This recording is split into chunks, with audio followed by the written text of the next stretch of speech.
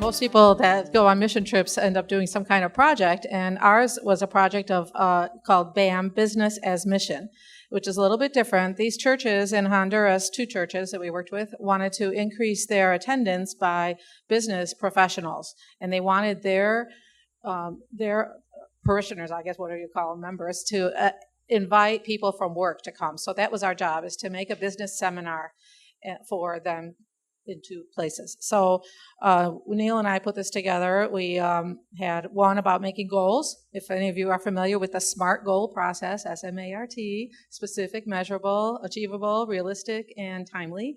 And the second one was about a perception matrix about personalities at work, just to keep it simple. And so my biggest impression from that whole thing was how they were so eager and so excited. I mean, how many of you have been to training seminars at work, right? You're like, oh, another training seminar. I sit there all day. Well, this is what it was for them. They worked all day, and they came in the evening to listen to this, and they were all over it. They were grateful for us being there. They were glad to be with their coworkers. They were excited to hear about American businesses, and some of them work for American businesses because Fruit of the Loom is down there. They have a plant, and I talked to a guy who works for a call center. If any of you have Sirius XM radio and you need support, you're going to call Honduras. And so those people working in that center, a couple of them were there. And so they're very excited to hear about what we're doing. And so when we gave them the presentation, and each table, you'll know this format, you've done it before, each table had to come up with a goal and then come up and report on it. It was so good. Like, they got into it. Like, one table came up with how to plan for retirement, and they followed the whole process. And the guy who was actually explaining their goal was like teaching them about what kind of investments to use, what kind not to use, and so on. It was good. And another couple wanted to buy a house, and so they had all the steps as a goal of how to buy what they have to go through to get a house, including going to the bank and everything. So I don't want to take over that, but do you want to go? Actually, can you answer the question? What was the question? What did God teach you?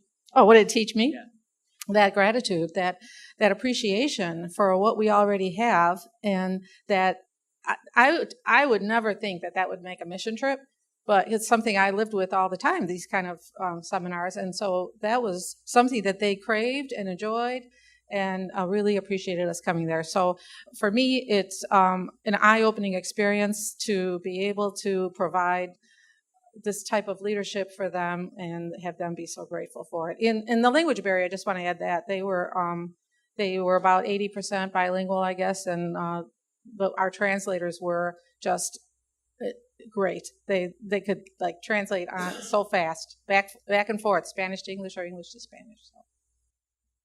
That's why I won't be going there, because I speak Southern English, so they can't handle it. Neil, why don't you tell us that this is one of, I think, 7 of the kinds of ministry trips you make. Well, tell us about it. Sure. We have different platforms that we've implemented this past year, and we're actually going to try and grow that in 2017. So as Liz has already mentioned, Business as Mission is a new platform that we're introducing. When you think of going on a mission trip, most of you raise your hands. Don't you think it's just like a service project, construction? That's what you think, right? Okay. So we still did that once in Quito, Ecuador, which is fantastic. That's still a viable opportunity, and we need to engage with that. In fact, we're going to be doing that in Guatemala in March next year with the Burke holders. And so once we get it approved, you'll get the dates. If you are a construction person, I need you. Come talk to me today, okay?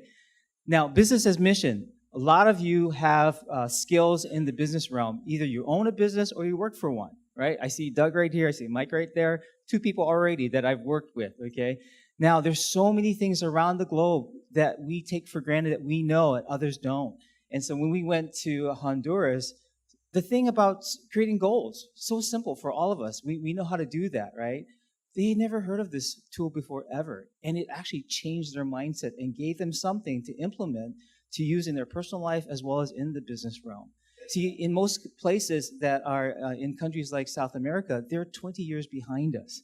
And so in terms of like business practices. And so what a great opportunity we had to impact a community who was reaching out to their demographic that they're trying to reach, young professionals as well as business owners. And one quick story about that. One of the owners of a real estate development company has 350 employees, pretty significant in San Pedro. 30 of his employees go to this church called Impacto in San Pedro. one of the employees invited him to come to the seminar. He showed up. So one of the pastors saw him and began a conversation with him and later said, is it okay if I invite you to coffee later this week and we talk about the Word of God? They're very specific when they do an invitation. The boss said, I would love to do that.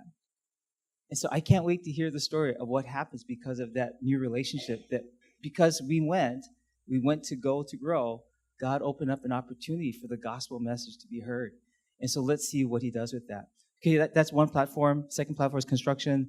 Third platform is medical mission. We went to Colombia. We took a team of dentists to do work in a place called Tibana. And we impacted about 200 people. 5 kids came to know Jesus because of that. All right?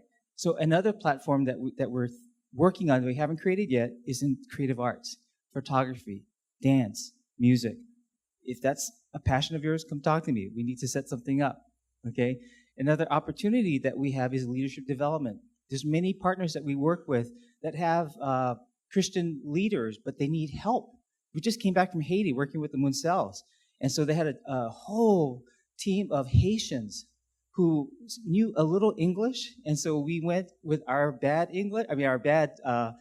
Creole and French, and we worked with them to help them to understand what does it look like to be a follower of Jesus and being a leader to influence others for the kingdom. And that was a marvelous opportunity. We also have a simple one called English language learning that we did in Spain. So if you speak English, any kind of English, you're more than able to qualify to go to this, okay? So that's every one of you in here, all right? And then another one would be just outreach events. Just most of you go to like a party, right? Engage in conversation with someone that you may know or may not know. Well, that's what we can also do around the globe. So what I'm trying to say is this. There's no excuse for you not to go. And so the first thing is to pray and ask God, when do you want me to go? And then sign up. Okay? So come talk to me. Now, sometimes it's difficult to go overseas because it's a lot of money, it's a lot of scheduling. So it means that locally, you have opportunities to serve. And so God has given you a gift to share with others wherever you are. And so don't feel that if you can't go on a trip that you can't serve. You can start here.